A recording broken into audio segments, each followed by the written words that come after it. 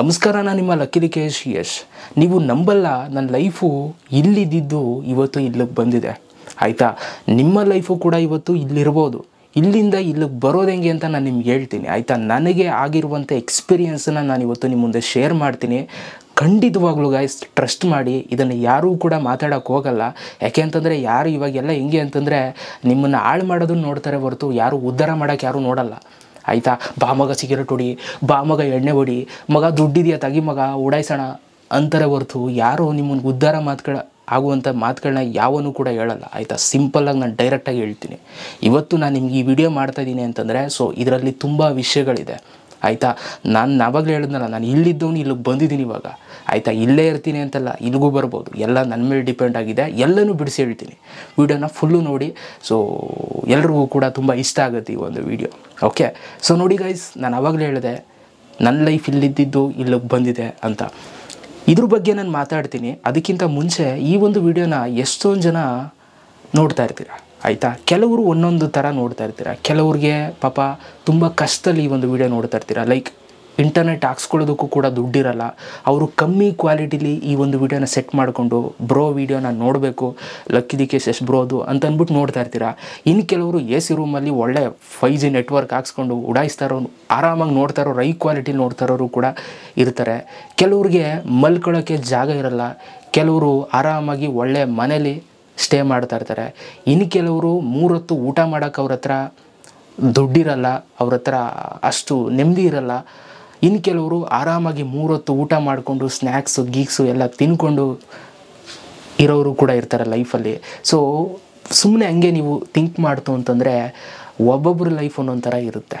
ಆಯಿತಾ, ಕಷ್ಟಪಡ್ತಾ ಇರೋರು ಕೂಡ ಇರ್ತಾರೆ, ಆರಾಮಾಗಿ ಮಲಗಿರೋರು ಕೂಡ ಇರ್ತಾರೆ. ನೋಡಿ, ಇವಾಗ ಕಷ್ಟಪಡ್ತಾ ಇದ್ದೀರಾ ಅಂದ ತಕ್ಷಣ ನೀವು ಅಲ್ಲೇ ಇರಬೇಕು ಅಂತೇನಿಲ್ಲ. ಅಲ್ಲಿಂದ ನೀವು ಆರಾಮಾಗಿ ಇರೋ ಥರನೂ ಕೂಡ ನಿಮ್ಮ ಲೈಫನ್ನು ನೀವು ಟರ್ನ್ ಮಾಡ್ಕೋಬೋದು. ಆಯಿತಾ, ಯಾಕೆ ಅಂತಂದರೆ ನಾನು ಆ ಝೋನಲ್ಲಿ ಇದ್ದು ಬಂದವನು. ಅದಕ್ಕೋಸ್ಕರ ನಾನು ನಿಮ್ಗೆ ಹೇಳ್ತಾ ಇದ್ದೀನಿ. ನೋಡಿ, ಅದಕ್ಕೆ ಬರಬೇಕು, ಆ ಒಂದು ಝೋನಿಗೆ ಬರಬೇಕು ಅಂತಂದರೆ ನಾವು ಹೆಂಗಿರಬೇಕು ಅನ್ನೋದನ್ನ ನಾನು ಫಸ್ಟ್ ಹೇಳ್ತೀನಿ. ನೋಡಿ, ನೀವು ಲೈಫಲ್ಲಿ ಯಾರು ನಿಷ್ಠೂರ ಮಾಡ್ಕೊಳ್ತಾ ಇದ್ದೀರೋ ಅಥವಾ ಯಾರು ನಿಮ್ಮ ಬಗ್ಗೆ ಬೈಕತ್ತವರೋ ಅದೆಲ್ಲ ಬಿಟ್ಬಿಡಿ. ಆಯಿತಾ, ಅದು ಮಾಡೋರು ಮಾಡ್ತಾ ಇರ್ತಾರೆ. ಬಟ್ ನೀವು ಇಲ್ಲಿ ಫಸ್ಟ್ ನೀವು ಮಾಡಬೇಕಾಗಿರುವಂಥದ್ದು ಏನಪ್ಪ ಅಂತಂದರೆ, ಇಲ್ಲಿ ನೀವು ಇಬ್ಬರನ್ನ ನೀವು ನಂಬಬೇಕು ಲೈಫಲ್ಲಿ. ಆಯಿತಾ, ಯಾರಿಬ್ಬರು ನಂಬಬೇಕು? ಒಂದು, ನೀವು ದೇವ್ರ ಮೇಲೆ ಒಂದು ನಂಬಿಕೆ ಇಟ್ಕೋಬೇಕು. ಆಯಿತಾ, ಈಗ ನೀವು ನನಗೆ ಹೇಳ್ಬೋದು, ಕೆಲವೊಂದಷ್ಟು ಜನ ಇರ್ತಾರೆ, ಏನು ಗುರು ನೀನು ಇನ್ನೂ ದೇವ್ರಿಗೆ ಇವರು ಅಂತ ಕೂತಿದೀಯಾ, ಅಲ್ಲಿ ತಲೆ ಹೊಡೆದು ಆರಾಮಾಗಿ ದುಡ್ಡು ಮಾಡ್ಕೊಂಡು ಆರಾಮಾಗಿ ಪೀಸಾಗಿರೋರು ಎಷ್ಟು ಜನ ಅವರೇ. ಆಯಿತಾ, ಕೆಟ್ಟ ಕೆಲಸ ಮಾಡ್ಕೊಂಡು. ಯಾವ ದೇವರು ಏನು ಅಂತ ನೀವು ಕೆಲವ್ರು ಹೇಳ್ಬೋದು. ಆ ಥರ ಹೇಳೋರು ಸೈಡಲ್ಲೇ ಇರಿ. ಆಯಿತಾ, ನನಗೆ ಆ ಥರದವ್ರ ಮೇಲೆ ಇಂಟ್ರೆಸ್ಟ್ ಇಲ್ಲ. ಒಂದು ಕಡೆ ಇರಿ. ಆಯಿತಾ, ನಾನು ಹೇಳೋದೇನು ಅಂತಂದರೆ, ಒಂದು ಟ್ರಸ್ಟ್ ಮಾಡಿ ದೇವ್ರ ಮೇಲೆ.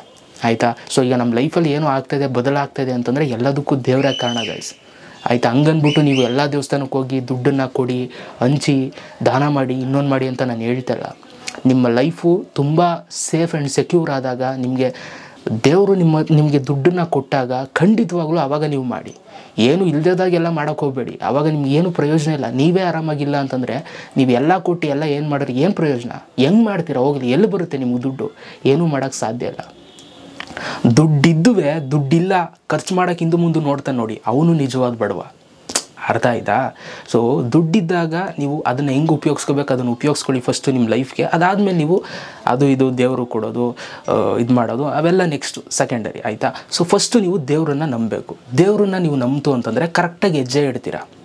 ಆಯಿತಾ, ನಮ್ಮೆಲ್ಲರಿಗಿಂತ ಏನೋ ಒಬ್ಬ ಮೇಲಿದ್ದಾನೆ ಅನ್ನೋದು ಒಂದು ನಂಬಿಕೆ. ಆಯಿತಾ, ಅದಿದ್ದರೆ ಕರೆಕ್ಟಾಗಿ ಹೆಜ್ಜೆ ಇಡ್ತೀವಿ. ಇದು ಒಂದು.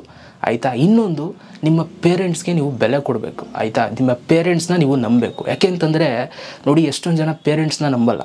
ಆಯಿತಾ, ಪೇರೆಂಟ್ಸ್ಗೆ ರೆಸ್ಪೆಕ್ಟ್ ಕೊಡಲ್ಲ, ಏನೂ ಕೊಡಲ್ಲ. ಆಯಿತಾ, ಯಾಕೆ ಅಂತಂದರೆ ಎಲ್ಲ ಕ್ಯಾಶುವಲಾಗಿ ತಗೋತಾರೆ. ಆಯಿತಾ, ಈಗಿನ ಜಮಾನದಲ್ಲಿ ಎಲ್ರಿಗೂ ದುರಂಕಾರ, ಎಲ್ರಿಗೂ ಎಲ್ಲ ಥರ. ಆಯಿತಾ, ಆ್ಯಟಿಟ್ಯೂಡ್ ಇವೆಲ್ಲ ಕ್ಯಾಶುವಲ್ ಇವಾಗ. ಆಯಿತಾ, ಅದು ಬೈ ಬರ್ತ್ ಬಂದಿರುತ್ತೆ. ನಾವೆಲ್ಲ ಏನೇನೋ ಮಾತಾಡ್ತೀವಿ, ರೇಗಾಡ್ತೀವಿ, ಇನ್ನೊಂದು ಮಾಡ್ತೀವಿ ಫ್ರಸ್ಟ್ರೇಷನ್ ಆಗಿದಾಗ. ಆದರೆ ನಿಮ್ಮ ಪೇರೆಂಟ್ಸು ಬೆಲೆ ಕೊಡಬೇಕು. ಯಾಕೆ ಅಂತಂದರೆ ಅವರು ನಿಮ್ಮ ಲೈಫನ್ನು ಕೇರ್ ಮಾಡೋದು ಅವರಷ್ಟೇ. ಆಯಿತಾ, ಈ ಸತ್ಯ ನೀವು ತಿಳ್ಕೊಬೇಕು. ಮಾತಾಡಿ ಒಂದೊಂದು ಸಲ ಫೋರ್ಸಾಗಿ ಮಾತಾಡ್ಬೋದು, ಇನ್ನೊಂದು ಮಾಡ್ಬೋದು, ಮತ್ತೊಂದು ಮಾಡ್ಬೋದು. ಬಟ್ ಆದರೆ ನಿಮ್ಮ ಲೈಫನ್ನು ಕೇರ್ ಮಾಡೋದು ಅವರೇ ಗೈಸ್. ನಿಮ್ಮ ಲೈಫು ಲಿಫ್ಟ್ ಆಗಬೇಕು ಅಂತ ಕಾಯೋದು ಅವ್ರು ಮಾತ್ರ. ಅವ್ರು ಬಿಟ್ಟರೆ ಇನ್ಯಾರೂ ನಿಮ್ಮ ಲೈಫಲ್ಲಿ ನೀವು ಬೆಳಿಬೇಕು, ನೀವು ಮುಂದಕ್ಕೆ ಹೋಗಬೇಕು ಅಂತ ಯಾರೂ ಅಂದ್ಕೊಳ್ಳಲ್ಲ. ಸೊ ಹಾಗಾಗಿ ನಿಮ್ಮ ಪೇರೆಂಟ್ಸಿಗೆ ಬೆಲೆ ಕೊಡಿ. 3 ಹೊತ್ತು ಊಟ ಹಾಕ್ತವ್ರೆ, ನಿಮ್ಮ ಬಟ್ಟೆ ಎಲ್ಲ ಕೊಡ್ತವ್ರೆ ಅಂತಂದರೆ ತುಂಬ ಸಿಂಪಲ್ಲು ಯೋಚನೆ ಮಾಡಿ, ಆಯಿತಾ. ಸೊ ಯಾಕೆ ಮಾಡಬೇಕು ಅವರು, ಯಾಕೆ ಮಾಡ್ತಾರೆ ನಿಮಗೆ ಅಂತ, ಸಿಂಪಲ್, ಅರ್ಥ ಆಯಿತಾ. ಸೊ ನಿಮ್ಮ ಕರ್ತವ್ಯ ಏನು, ಅವ್ರನ್ನ ಚೆನ್ನಾಗಿ ನೋಡ್ಕೋಬೇಕು ವಯಸ್ಸಾದಾಗ. ಸೊ ನೀವು ನೋಡ್ಕೋಬೇಕಷ್ಟೇ, ಅದು ಬಿಟ್ಟರೆ ಇನ್ನೇನೇ ಎಕ್ಸ್ಟ್ರಾ ನೀವೇನು ಮಾಡಬೇಕಾಗಿಲ್ಲ, ಆಯಿತಾ. ಅದನ್ನು ನೀವು ನಿಮ್ಮ ಕರ್ತವ್ಯ ನೀವು ಅದು ಮಾಡಬೇಕು, ಇಷ್ಟೇ ಗೈಸ್. ಲೈಫಲ್ಲಿ ನೀವು ಇವೆರಡನ್ನು ನೀವು ನಂಬಿ, ಆಯಿತಾ, ನಿಮ್ಮ ಲೈಫು ಚೇಂಜ್ ಆಗುತ್ತೆ. ಸೊ ನನ್ನ ವಿಷಯಕ್ಕೆ ನಾನು ಇವಾಗ ಬರ್ತೀನಿ.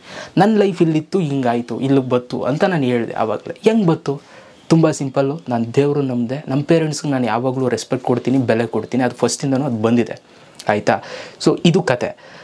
ಆದರೆ ನನ್ನ ಎಫರ್ಟ್ಸ್ ನಾನು ಹಾಕಬೇಕು ಅಲ್ವಾ, ಅದು ಹಾಕಿದ್ರೆ ಲೈಫು ಚೇಂಜ್ ಆಗೋದು. ಸೊ ಯೂಟ್ಯೂಬಿಗೆ ಬಂದೆ, ನನ್ನ ಕೆಲಸ ಏನು ಅದನ್ನು ನಾನು ಮಾಡಿದೆ. ಎಷ್ಟೊಂದು ಜನ ಕಾಲು ಹೇಳಿದ್ರು, ಎಷ್ಟೊಂದು ಜನ ನನ್ನ ಬಗ್ಗೆ ವೀಡಿಯೋ ಮಾಡಿದ್ರು, ಎಷ್ಟೊಂದು ಜನ ಡೈರೆಕ್ಟಾಗಿ ನನ್ನ ಫೋಟೋ ವೀಡಿಯೋಗಳನ್ನ ಹಾಕ್ಬಿಟ್ಟು ಇವ್ನು ಹಿಂಗೆ ಮಾಡ್ತಾನೆ, ಯೂಟ್ಯೂಬಲ್ಲಿ ಹಂಗೆ ಮಾಡ್ತಾನೆ ಗುರು, ಇವ್ನು ಹಿಂಗೆ ಹಂಗೆ ಹಿಂಗೆ ಅಂತ ಡೈರೆಕ್ಟಾಗಿ ಹೇಳಿದ್ರು. ನಾನು ಯಾವುದನ್ನು ತಲೆಗೆ ಹಾಕೊಂಡಿಲ್ಲ ಗೈಸ್, ಯಾವುದನ್ನು ತಲೆಗೆ ಹಾಕೊಂಡು ನಾನು ಕಿರಿಕ್ ಮಾಡ್ಕೊಂಡಿಲ್ಲ ಯೂಟ್ಯೂಬಲ್ಲಿ. ಬೇಕಾದ್ರೆ ಅಬ್ಸರ್ವ್ ಮಾಡಿ ನೋಡಿ, ಆಯಿತಾ. ನನ್ನ ಬಗ್ಗೆ ಎದುರಾಗಿ ಯಾರು ಬೇಕಾದ್ರೂ ವೀಡಿಯೋ ಹಾಕಿರ್ಬೋದು ಇಷ್ಟು ದಿನದಲ್ಲಿ, ಸುಮ್ಮನೆ ಚೆಕ್ ಮಾಡಿ ನೋಡಿ. ಲಕ್ಕಿ ಲಿಕೇಶಸ್ ಟ್ರೋಲ್, ಆಯಿತಾ. ಸೊ ಅದು ಸರ್ಚ್ ಮಾಡಿರೋರು ತುಂಬ ಜನ ಇದ್ದಾರೆ. ಸೊ ಟ್ರೋಲ್ ಅಂತ ಸರ್ಚ್ ಮಾಡಿ, ನಂದು ಆಪೋಸಿಟ್ ಏನಾದರೂ ವೀಡಿಯೋ ಸಿಗುತ್ತಾ ನೋಡಿ. ಯಾರ್ದಾದ್ರೂ ಫೋಟೋ ಹಾಕೊಂಡು ನಾನು ಏನಾದ್ರು ಬೈದಿದ್ದಾನೆ ನೋಡಿ, ನನಗೆ ಯಾರು ಬೈದಿರೋರಿಗೆ, ಆಯಿತಾ. ಸೊ ಅವ್ರಿಗೆ ನನ್ನ ಗೆಲುವು ಮುಖಾಂತರನೇ ಉತ್ತರ ಕೊಟ್ಟಿದ್ದೀನಿ ಹೊರತು ಯಾವತ್ತೂ ನಾನು ಅವ್ರಿಗೆ ವಾಪಸ್ ಹೊಡೆದಿಲ್ಲ, ಆಯಿತಾ. ಈಗ ಯಾರೋ ನನಗೆ ಬೈದ್ಬಿಟ್ರು, ವೀಡಿಯೋ ಹಾಕ್ಬಿಟ್ಟು ನನ್ನ ಬಗ್ಗೆ ಮಾತಾಡ್ಬಿಟ್ಟು ಅಂದ ತಕ್ಷಣ ಯಾಕೋ ಬೈದ ನೀನು, ಬಾಗುರು ನಮ್ಮ ಏರಿಯಾಗೆ ಅಂತ ನಾನು ಯಾವತ್ತೂ ವೀಡಿಯೋ ಮಾಡಿಲ್ಲ, ಆಯಿತಾ.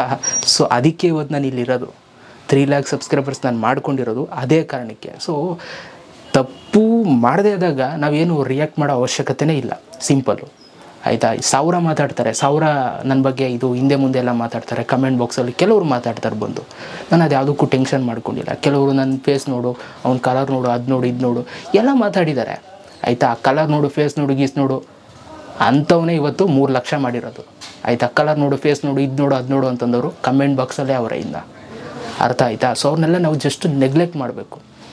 ನಮ್ಮ ಒಂದು ಶ್ರಮ ತೋರಿಸಿ ನಾವೇನು ಅಂತ ಪ್ರೂವ್ ಮಾಡಿ ತೋರಿಸ್ಬೇಕು. ಎಷ್ಟೊಂದು ಜನ ನಮ್ಮನ್ನು ಇಷ್ಟಪಡ್ದವರೆಲ್ಲ ಇವಾಗ ಇಷ್ಟಪಟ್ಟವ್ರೆ, ತುಂಬ ಎಕ್ಸಾಂಪಲ್ಸ್ಗಳಿದ್ದಾವೆ ಅಂಥವು, ಆಯಿತಾ. ನಾನೇ ಕಣ್ಣಾರ ನೋಡಿದ್ದೀನಿ, ಎಲ್ಲ ಅಬ್ಸರ್ವ್ ಮಾಡಿದ್ದೀನಿ, ಆಯಿತಾ. 1 ವರ್ಷದಿಂದ ಬೈದವ್ರು ನನಗೆ ಕಮೆಂಟ್ ಬಾಕ್ಸಲ್ಲಿ ಇವತ್ತು ಬಂದು ನನಗೆ ಸಪೋರ್ಟ್ ಮಾಡ್ತಾರವ್ರು ತುಂಬ ಜನ ಇದ್ದಾರೆ, ಆಯಿತಾ. ಸೊ ಆ ಥರ ನಾವು ಡೆವಲಪ್ ಆಗಬೇಕು. ಇವನೇನು ಮಾಡ್ದ ಗುರು ಅನ್ನೋ ಥರ ಡೆವಲಪ್ ಆಗಬೇಕು.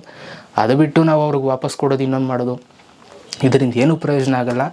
ಕಾಲು ಎಳ್ಕೊಂಡು ನೀವು ಬೆಳೀತು ಅಂತಂದರೆ ಅದಕ್ಕೊಂದು ವ್ಯಾಲ್ಯೂನೂ ಇರೋಲ್ಲ. ಸೊ ಹಾಗಾಗಿ ಇಲ್ಲಿವರೆಗೂ ನಾನು ಯಾರ ಬಗ್ಗೆನೂ ಕೂಡ ಮಾತಾಡಿಲ್ಲ. ಬಟ್ ಅಫ್ಕೋರ್ಸ್ ಪರ್ಸ್ನಲ್ ಅಟ್ಯಾಕ್ ಮಾಡಿದ್ರೆ ಹೆಂಗೆ ಮಾತಾಡ್ಬೇಕು ಹಂಗೆ ಮಾತಾಡಿರ್ತೀನಿ. ಬಟ್ ಯಾರ್ದು ಇಮೇಜನ್ನು ಇಟ್ಕೊಂಡು ನಾನು ಒಂದು ವ್ಯಕ್ತಿನ ಹಾಳು ಮಾಡಿದವನು ಅಲ್ವೇ ಅಲ್ಲ, ಆಯಿತಾ. ಸೊ ಅದೆಲ್ರಿಗೂ ನನ್ನ ಸಬ್ಸ್ಕ್ರೈಬರ್ಸ್ಗಳಿಗೆ ಗೊತ್ತಿರುತ್ತೆ. ಸೊ ಹಾಗಾಗಿ ವೀಡಿಯೋ ಮಾಡೋರಿಗೆ, ಯೂಟ್ಯೂಬರ್ಸ್ಗಳಿಗೆ, ಯೂಟ್ಯೂಬ್ ಬರೋರಿಗೆ, ಯೂಟ್ಯೂಬ್ ಮಾಡ್ತಾ ಇರೋರಿಗೆ ಎಲ್ರಿಗೂ ನಾನು ಹೇಳೋದು ಇಷ್ಟೇ, ಎಫರ್ಟ್ಸ್ ಹಾಕಿ ನಿಮ್ಮ ಕಷ್ಟ ಏನು ಪಡ್ತಾಯಿದ್ದೀರಾ ಅದನ್ನು ನೀವು ಮಾಡಿ. ಸೊ ಖಂಡಿತವಾಗ್ಲೂ ನಿಮ್ಗೆ ಅದಕ್ಕೊಂದು ಬೆಲೆ ಸಿಗುತ್ತೆ. ನನ್ನ ಲೈಫ್ ಎಲ್ಲೋ ಇದ್ದಿದ್ದು ಇವತ್ತು ಹಿಂಗಾಗಿದೆ ಅಂತಂದರೆ ಅದಕ್ಕೆ ಯೂಟ್ಯೂಬೇ ಕಾರಣ. ಯೂಟ್ಯೂಬ್ಗೆ ನನ್ನ ರೆಸ್ಪೆಕ್ಟ್ ಯಾವಾಗಲೂ ಇದ್ದೇ ಇರುತ್ತೆ. ಸೊ ಅದಕ್ಕೆ ಬೆಲೆ ನಾನು ಕೊಡಲೇಬೇಕು ಯಾವತ್ತೇ ಆದರೂ ಅಷ್ಟೇ. ಓಕೆ, ಸೊ ಇಷ್ಟನ್ನು ಹೇಳ್ತಾ ಈ ಒಂದು ವೀಡಿಯೋ ಮುಗಿಸ್ತಾ ಇದ್ದೀನಿ. ಎಲ್ರಿಗೂ ಕೂಡ ಈ ಒಂದು ವೀಡಿಯೋ ಇಷ್ಟ ಆಯಿತು ಅಂತ ಅಂದ್ಕೊಳ್ತೀನಿ. ನೆಕ್ಸ್ಟ್ ವೀಡಿಯೋದಲ್ಲಿ ಸಿಗ್ತೀನಿ ಗೈಸ್. Love you all.